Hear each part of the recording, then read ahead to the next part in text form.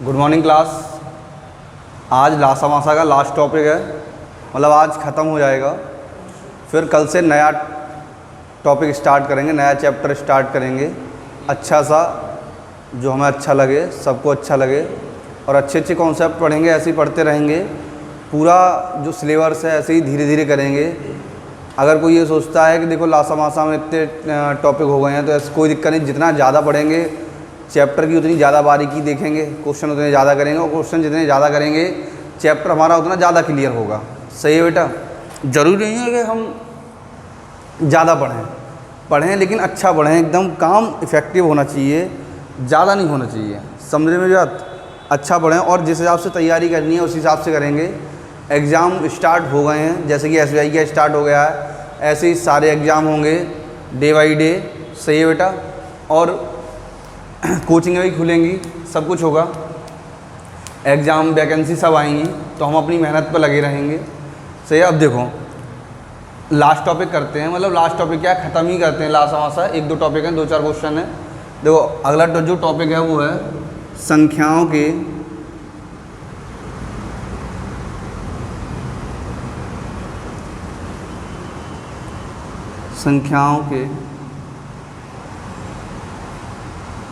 युग्मों पर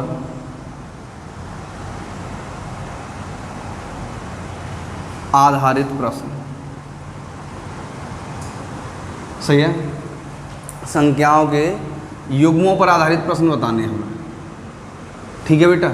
अब देखो संख्याओं के युग्मों पर आधारित प्रश्न बताने हैं। संख्याओं पर युग्मों पर आधारित से मतलब क्या है, एक क्वेश्चन समझते हैं। पहले मैं एक क्वेश्चन लिखता हूँ फिर समझाता हूँ। जैसे कि हमारे पास क्वेश्चन है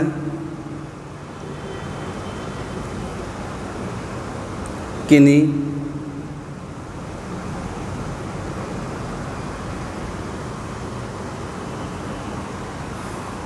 दो संख्याओं का मासा 4 एवं योगफल 36, मासा 4 एवं योगफल 36 है, तो इन संख्याओं के संभावित युग्मों की संख्या ज्ञात करें। ठीक है बेटा? समझो। अब क्वेश्चन समझते हैं। ये कह रहे हैं किन्हीं दो संख्याओं का मासा कितना 4 और योगफल कितना 36, तो इन संख्याओं के संभावित युग्मों की संख्या बतानी है। तो संभावित युग्मों की संख्या का मतलब है जैसे कि हमारे पास कोई दो संख्याएं हैं। सही है? उन दो संख्याओं का अगर मासा किया जाए तो 4 आ जाए और जोड़ा जाए तो कितना आ जाए 36। जैसे कि हमारे पास 35 है, एक संख्या 35 हो गई, एक संख्या 1 हो गई। 35 और 1 को जोड़ोगे तो 35 और 1 36 हो जाएगा। लेकिन क्या 35 और 1 का मासा 4 आएगा?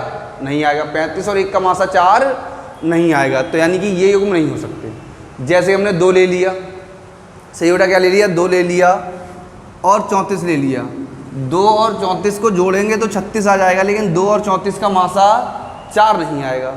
हमने क्या लिया? 4 और 32 ले लिया। क्या ले लिया बेटा? 4 और 32। जैसे ही हमने 4 और 32 लिया तो 4 और 32 को जोड़ने से 36 प्राप्त होगा, और 4 और 32 का अगर SCF, सही है, SCF ज्ञात करेंगे, लासा ज्ञात करेंगे तो कितना आ जाएगा?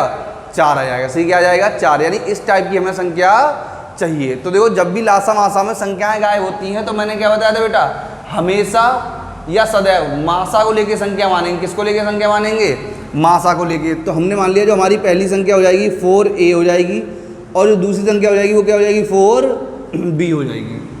सही? पहली संख्या क्या होगी? 4a, और दूसरी संख्या क्या होगी? 4a। तो 4a प्लस 4b बराबर क्या दिया बेटा? 36। 4 कॉमन ले लिया, a प्लस b बराबर क्या आ गया? 36। तो a प्लस b बराबर क्या आ गया? 9 आ गया। अब देखो जो कॉमन वैल्यू थी 4, जो वैल्यू कॉमन थी वो हमने निकाल दी 4। अब जो बचा हमारे पास a और प्लस b, वो कैसे हो गए? अभाज्य गुणनखंड हो गए। सही, कैसे हो गए? अभाज्य। जब किन्हीं दो संख्याओं की कॉमन वैल्यू खत्म कर देते हैं तो वो आपस में कैसे हो जाते हैं? सह अभाज्य गुणनखंड हो जाते हैं। सही, कैसी? सह अभाज्य संख्या हो जाती है। कैसी संख्या हो जाती हैं? सह अभाज्य। अब हम 9 के दो ऐसे सहअभाज्य गुणनखंड करेंगे जिन्हें जोड़कर 9 आ जाए। सही है, 9 के दो ऐसे सहअभाज्य गुणनखंड करेंगे जिन्हें जोड़ के कितना आ जाए? 9। जैसे कि देखो पहला क्या आ गया हमारा? 1,8, 2,7, 3,6, 4,5। अब दोबारा रिपीट करेंगे तो वही आ जाएगा 5,4, 6,3। अब देखो हमने क्या देखा? 1,8 सही है, 2,7 सही है, 3,6 सही नहीं है। क्यों नहीं है? 3 और 6 कॉमन है, 3 का 6 में पूरा पूरा भाग चला जाएगा, तो ये कैसे होंगे? सहभाज्य हो जाएंगी। सही, कैसी हो जाएंगी? सहभाज्य। जबकि हमें क्या चाहिए? सहभाज्य चाहिए, सह अभाज्य चाहिए, यानी को प्राइम नंबर होने चाहिए। तो ये को प्राइम नहीं होंगे तो ये सामान्य नहीं होंगे, तो 1, 2, 3। तो कुल युग्म कितने हो जाएंगे बेटा? ऐसी संख्याओं के कुल जो युग्म होंगे वो कितने होंगे? 3। ये युग्म हमें बना के नहीं दिखाने, हमें सीधा सीधा बताना है कुल युग्मों की संख्या क्या होगी। तो कुल युग्मों की संख्या बेटा कितनी हो जाएगी? 3 हो जाएगी। सही बेटा, कुल युग्मों की संख्या कितनी होगी? 3। अब कोई सोच रहा होगा सर ज़्यादा बड़ी संख्या आ जाए, तो ज़्यादा बड़ी संख्या नहीं आएगी, छोटी छोटी संख्याएं आती हैं, ज़्यादा बड़ी संख्याएं नहीं आती। आया बेटा समझ में सबके? नोट करेंगे, स्टार लगा देंगे, इंपॉर्टेंट क्वेश्चन है। कैसा क्वेश्चन है? इंपॉर्टेंट क्वेश्चन है। सही है, अगला लिखते हैं, आप लोग करके दिखाएंगे। किन्हीं दो संख्याओं का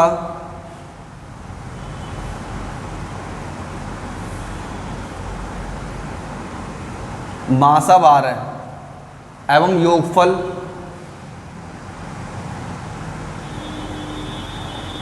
132 है, तो इन संख्याओं के संभावित युग्मों की संख्या ज्ञात करें।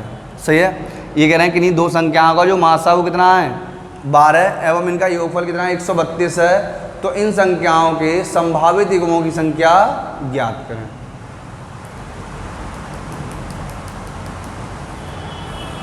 देखो करते हैं, ये कह रहे हैं कि नहीं दो संख्याओं का जो मासा वो कितना बेटा? 12 है। तो पहली संख्या और दूसरी संख्या, दो संख्याएं मानेंगे। तो पहली संख्या मान ली हमने 12a और दूसरी संख्या मान ली 12b। ठीक, तो ये हो जाएगा 12a प्लस 12b बराबर का 132। 12 हमने कॉमन ले लिया, तो a प्लस b बराबर कितना आ गया? 132। 12 से इसे कैंसिल कर दो, 12 एकन 12 और 12 एकन 12, तो a प्लस b बराबर कितना आ गया बेटा? 11 आ गया। सही, अब 11 के हिसाब से फैक्टर कर दो, तो क्या हो जाएगा? 1 और 10, 2 और 9, 3 और 8, 4 और 7, 5 और 6। सही, 9 1 10, सॉरी 10 और 11, 9 2 11, 8 3 11, 7 4 11, 6 5 11। अब तो कोई होगा नहीं, तो कितने फैक्टर होगा? 1 2 3 4 5। तो युग्मों की संख्या क्या होगी? युग्म बराबर का 5। सही बेटा, युग्मों की संख्या क्या होगी? 5। दिखाई नहीं दे रहा? तो इधर देख लो क्या आता है। तो युग्म टोटल कितने हो गए? 5। तो युग्मों की संख्या बराबर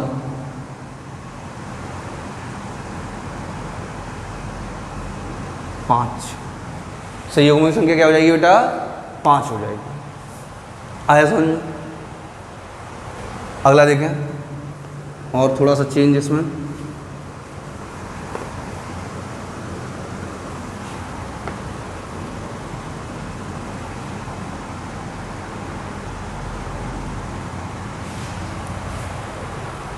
किन्हीं दो संख्याओं का मासा 15 एवं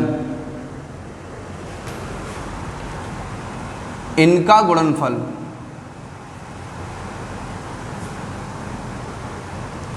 इनका गुणनफल 6300। किन्हीं दो संख्याओं का मासा 15 एवं इनका गुणनफल 6300 है, तो इन संख्याओं के संभावित युग्मों की संख्या ज्ञात करें। 6300 है, तो इन संख्याओं के संभावित युग्मों की संख्या ज्ञात करें। तो सबसे पहले हमारा तरीका वही रहेगा, चाहे गुणनफल हो, चाहे भागफल हो, चाहे अंतर हो। सही है, सबसे पहले दो संख्या मानेंगे, तो दो संख्याएं जो हमारी होंगी, पहली संख्या क्या हो जाएगी? 15a, दूसरी संख्या हो जाएगी 15b। सही है, दोनों संख्या का गुणनफल दिया, तो 15a इंटू का 15b बराबर 6300।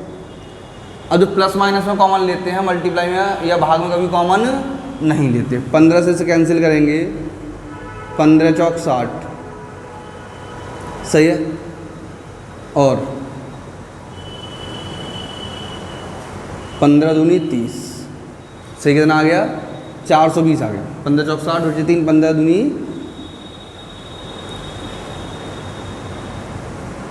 अब हम कैंसिल करेंगे इसे फिर 15 से, 15 एकन 15, 15 दूनी 30 और 15 अट्ठे 120। सही बेटा कितना आ गया? 15 दूनी 30 और 15 अट्ठे 120। तो ये आ गया हमारा a इंटू बी बराबर का 28। अभी तक क्या हम जोड़ के फैक्टर कर रहे थे, अब हम क्या करेंगे? मल्टीप्लाई करके फैक्टर कर देंगे। कैसे कर देंगे बेटा? मल्टीप्लाई करके। तो क्या हो जाएगा? देखो पहला 1,28, 2,14, 4,7।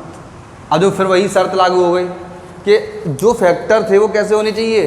को प्राइम होने चाहिए, यानी सहभाज्य होने चाहिए। सही बेटा, कैसे होने चाहिए? को प्राइम यानी कि सहभाज्य। तो देखो ये सहभाज्य होंगे नहीं तो एक ये हो गया, एक हो गया। टोटल कुल युग्म कितने हो जाएंगे? कुल युग्म बराबर 2। सही, कुल युग्म कितने हो जाएंगे? 2 युग्म हो जाएंगे। टोटल कितने हो जाएंगे बेटा? 2 युग्म हो जाएंगे। आई बात यहाँ तक समझ में? सही है। इस टाइप में ऐसे ही सिंपल से क्वेश्चन आएंगे, आसानी से करेंगे, कोई दिक्कत नहीं है। अगला एक नोट पॉइंट लिखते हैं सिंपल सा।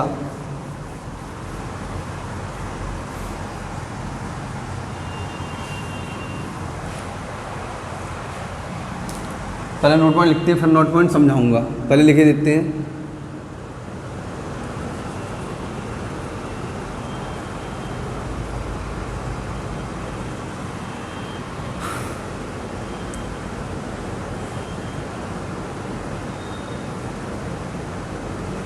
किन्हीं या 2 या 2 से अधिक संख्याओं का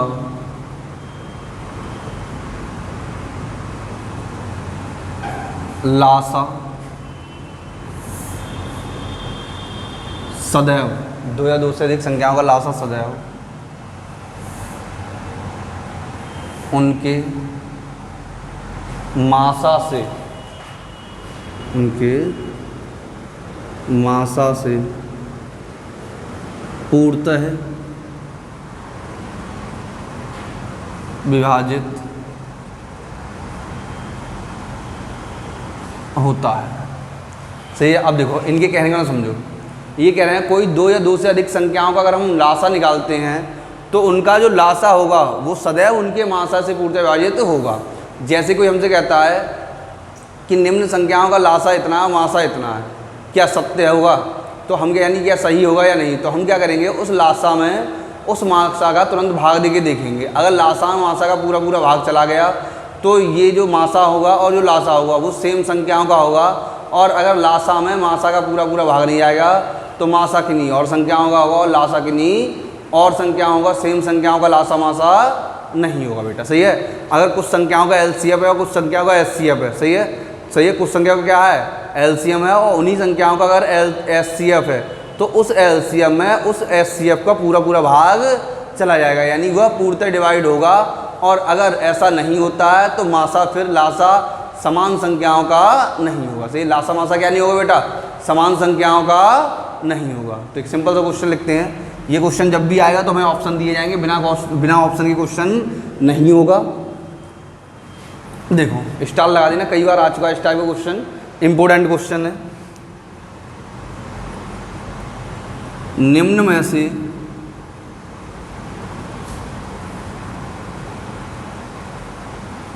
उन संख्याओं का लासा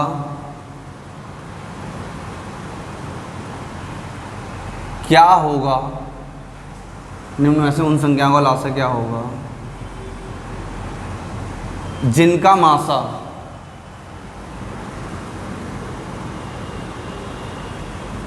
चौदह है। सही कह रहे हैं, निम्न में से उन संख्याओं का लासा क्या होगा जिनका मासा 14 है। अब इन्होंने हमें मासा दिया और लासा पूछा, और निम्न में से तो हमें 4 ऑप्शन दिए होंगे। पहला ऑप्शन हमने मान लिया, हमें दे दिया 78,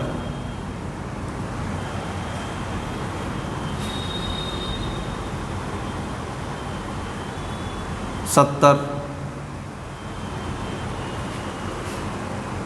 86, 58। सही है। अब देखो ये कह रहे हैं उन संख्याओं का मासा व लासा बताना है जिनका मासा 14 है, तो लासा में मासा का पूरा पूरा भाग चला जाएगा। अब देखो क्या 14 में भाग जाएगा, 78 में 14 का भाग जाएगा, 14 पंजे 70, 14 छिक्की 84 नहीं जाएगा, 14 पंजे 70, 70 में 14 का पूरा पूरा भाग चला जाएगा। तो निम्न में से 70 एक ऐसी संख्या होगी जो उन्हीं संख्याओं का लासा होगा जिन संख्याओं का मासा 14 होगा। सही क्या होगा, उन्हीं संख्याओं का लासा होगा जिनका मासा कितना हो जाएगा बेटा, 14 हो जाएगा, क्योंकि 86 में भी 14 का पूरा पूरा भाग नहीं आएगा, और 58 में भी 14 का पूरा पूरा भाग नहीं जाएगा। एक और सेम क्वेश्चन देखें, निम्न में से उन संख्याओं का लासा क्या नहीं होगा, निम्न में से उन संख्याओं का लासा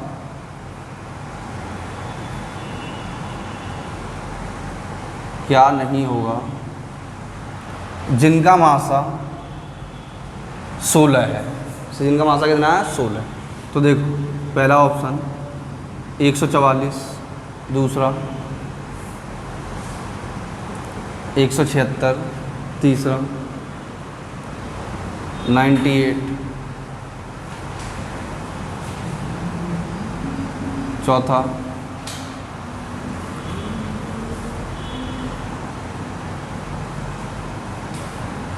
128, 128। अब देखिए कहना है कौन सा नहीं होगा, तो जिसमें 16 का भाग पूरा पूरा नहीं जाएगा वही नहीं होगा। सही बेटा, जिसमें क्या होगा, 16 का पूरा पूरा भाग नहीं जाएगा वही नहीं होगा। अब देखो निम्न में से उन संख्याओं का लासा क्या नहीं होगा जिनका मासा 16 है, क्या नहीं होगा जिनका मासा 16 है।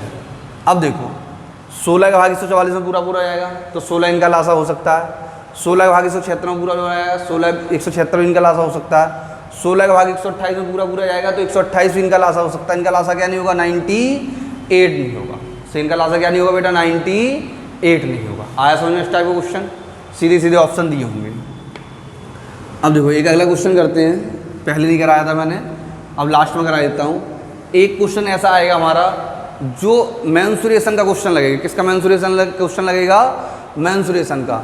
और मेंसुरेशन के फॉर्मूले भी यूज हो सकते हैं और नहीं भी यूज हो सकते हैं, यानी दोनों तरह से हम सॉल्व कर सकते हैं। सही क्या कर सकते हैं बेटा, दोनों तरह से हम सॉल्व कर सकते हैं। तो इस क्वेश्चन को करते हैं, स्टार लगा देना। LCM SCF का क्वेश्चन है, और चाहो तो मेंसुरेशन के भी क्वेश्चन समझ सकते हैं, बट ज़्यादातर LCM SCF में आता है। किसमें आता है बेटा, LCM SCF में आता है। सब प्रभु की माया, नहीं समझे, किसकी माया है, प्रभु की है। देखें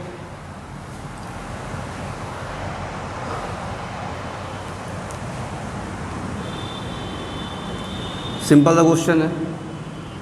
देखो किसी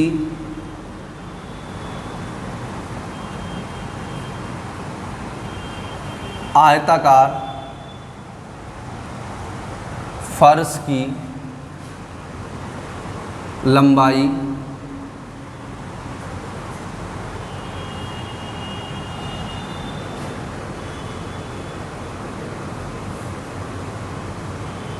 17.6 मीटर, 17.6 मीटर एवं चौड़ाई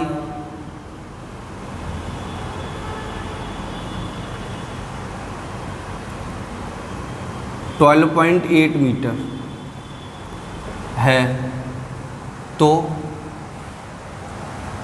इस फर्श को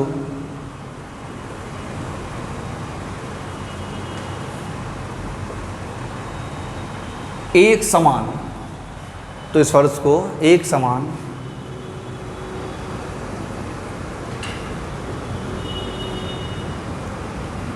बड़े से बड़े वर्गाकार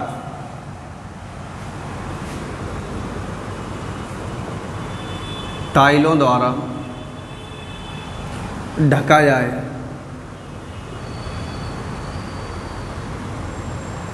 तो कुल टाइलों की संख्या ज्ञात करें।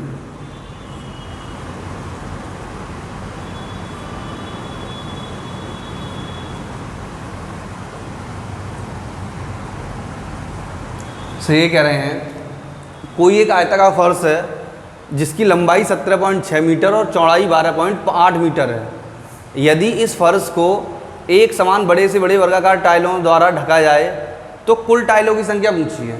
टाइल की लंबाई दी नहीं है, नाम से पूछी गई है। सही है, हमसे क्या है, टाइल की लंबाई ना तो हमें दी गई, नाम से पूछी गई है। तो पहले हमें टाइल की लंबाई निकालनी पड़ेगी या चौड़ाई निकालनी पड़ेगी, उसके बाद हम क्या करेंगे, कुल टाइलों की संख्या ज्ञात करेंगे। अब देखो एक चीज़ समझो, ये कह रहे हैं ये कोई हमारा वर्गाकार, ये कोई हमारा आयताकार है।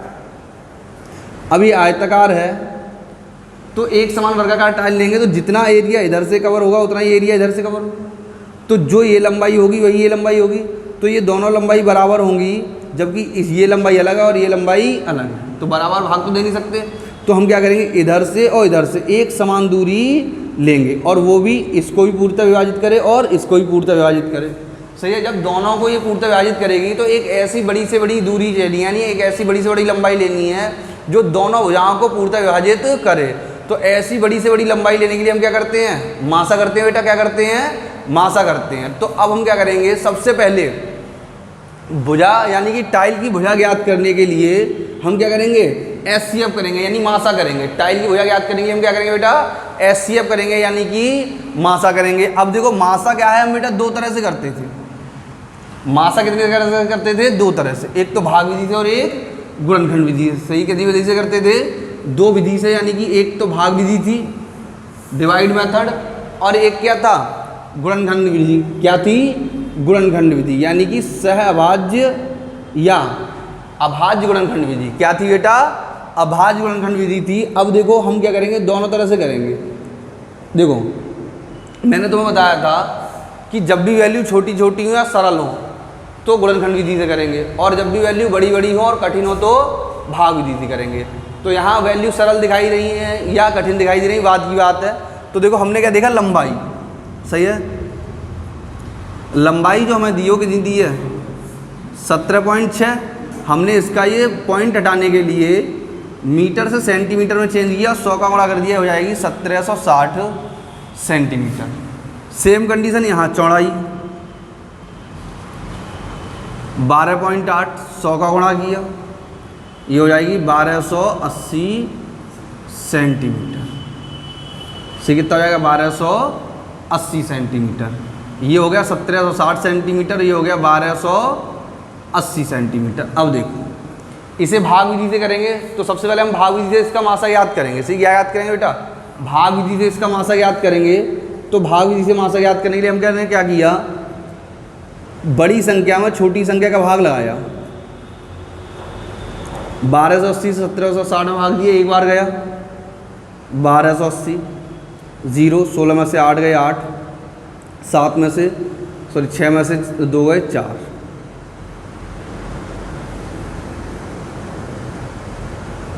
फिर से 2 बार दे दो, 0, 8 दूनी 16 की 6 से ले, 4 दूनी 8 और 1 9, 0, 2 और 3। सही है, ये आ गया हमारा 480। अगेन दे दो, एक बार जाएगा 320। सही, अब दिखाई नहीं दे रहा होगा, इधर देख लें। से 320 है तो शेष कितना बचा होगा बेटा, 120 बचा होगा। 120 का भाग देंगे,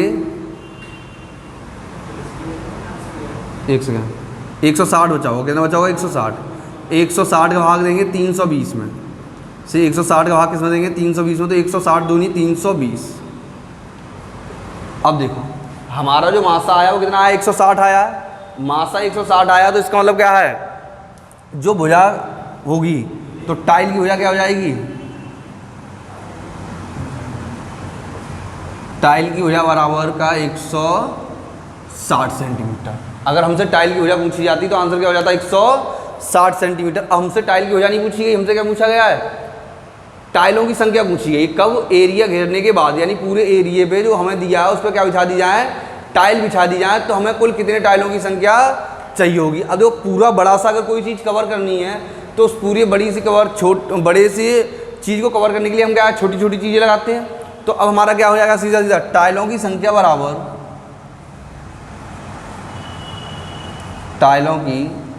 बराबर कुल फर्श का क्षेत्रफल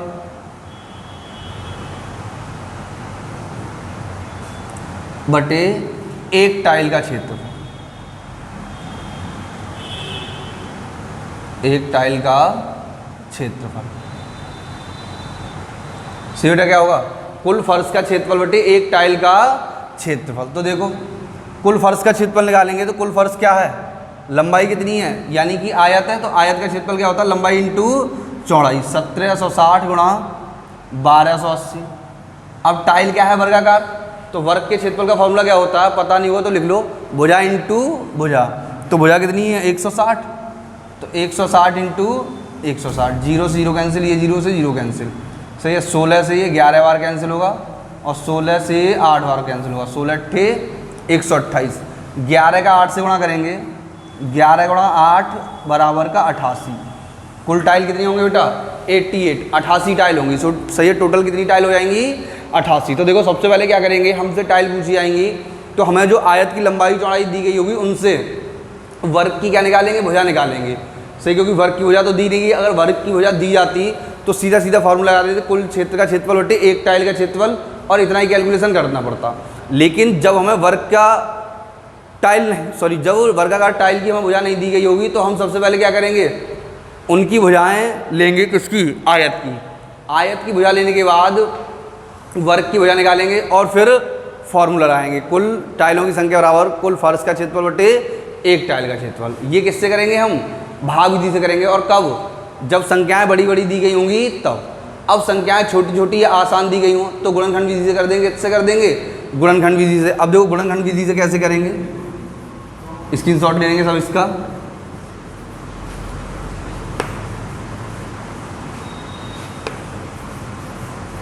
देखो गुणनखंड विधि में हम क्या करेंगे, सबसे पहले इनके अभाज्य गुणनखंड करेंगे। तो देखो लंबाई क्या है हमारे पास बेटा, फिर से वही बात, लंबाई 17.6, ये मीटर है तो हमने इसे सेंटीमीटर में चेंज करने के लिए 100 का गुणा किया और ये हो जाएगा 1760 सेंटीमीटर। चौड़ाई कितनी है हमारी 12.8, 100 का गुणा किया तो हो जाएगी 1280 सेंटीमीटर, सही है। अब इनके अभाज्य गुणनखंड करेंगे जिससे हम क्या निकालेंगे, मासा निकालेंगे। और मासा क्या हो जाएगा हमारा, टाइल की लंबाई हो जाएगी, यानी टाइल की लंबाई निकालेंगे। तो देखो 1760, 1280। अब देखो जब दो संख्याएं हों तो मासा निकालें या नासा निकालें, चाहे तो अभाज्य फैक्टर कर दो चाहे भाज्य कर दो, कोई दिक्कत नहीं। लेकिन कब, जब दो संख्या हो तब। अगर 2 से ज़्यादा होंगी तो 100% अभाज्य गुणनखंड करने पड़ेंगे, भाज्य नहीं कर सकते। तो हमने यहाँ देखो अगर 10 का भाग दिया तो 176 और 128, अगेन 16 का भाग दे दो, 16 से 11 बार कैंसिल और 16 से 8 बार कैंसिल, सही है। तो टाइल की लंबाई हो जाएगी, टाइल की भुजा बराबर 10 गुणा 16 बराबर 160 सेंटीमीटर। सही, टाइल की भुजा क्या हो जाएगी 160 सेंटीमीटर। दोबारा समझ लो, हम अभाज्य संख्या के भाग देते हैं हमेशा, लेकिन मैंने यहाँ भाज्य का भाग दिया तो इसका एक रीज़न है, जब दो संख्याएं होंगी तब तो भाज्य से भाग दे सकते हैं और बड़ी से बड़ी और छोटी से छोटी से दे सकते हैं। लेकिन जब संख्याएं 2 से ज़्यादा होंगी तो केवल और हमेशा अभाज्य संख्याओं को भाग देंगे, भाज्य संख्याओं का भाग नहीं देंगे। अगला देखें, अब इसमें कुल टाइल पूछे हैं तो कुल टाइल बराबर, अब देखो यहाँ क्या होता है, यहाँ हमें कोई फार्मूला लगाने की ज़रूरत नहीं है। यहाँ जो शेष बचते हैं, लास्ट में आके जो शेष बचते हैं उनका ही मल्टीप्लाई कुल टाइल कहलाता है। तो क्या बचे, एक संख्या का बचा 11 और एक क्या बचा 8। जो बिना कॉमन की संख्याएं बचती हैं उनका ही गुणनफल हमारा क्या कहलाता है बेटा, कुल टाइलों की संख्या कहलाता है। तो अब जो हमारे पास ये बचे हैं हम इनका ही क्या कर देंगे, मल्टीप्लाई कर देंगे और यही हमारे क्या कहलाएंगे, कुल टाइलों की संख्या कहलाएंगे। तो कुल टाइलों की संख्या हो जाएगी 11 गुणा 16, सॉरी 11 गुणा 8, सी क्या हो जाएगा 11 गुणा 8। कुल टाइलों की संख्या क्या हो जाएगी 11 गुणा 8 बराबर का 88। से तो कुल टाइलों की संख्या क्या होगी 88 होगी। आई समझ में बेटा? सही, कोई दिक्कत है यहाँ तक? ये तुम्हारा एलसीएम एचसीएफ का चैप्टर समाप्त हो गया है। इसके आगे नया चैप्टर स्टार्ट करेंगे कल। सही है, सभी लोग पूरा वीडियो देखा करें, अच्छे से देखा करें, लाइक करें, शेयर करें और सब्सक्राइब करें। मैंने वीडियो के स्टार्टिंग में बताया था, फिर बता रहा हूँ, सारे एग्ज़ाम धीरे धीरे चालू हो जाएंगे, वैकेंसी भी आना स्टार्ट हो जाएंगी। देखो IBPS की वैकेंसी चल रही है। सही है, तो सभी पूरी तरह से मेहनत करेंगे। Thank you for watching. कल मिलते हैं इससे आगे नए चैप्टर के साथ।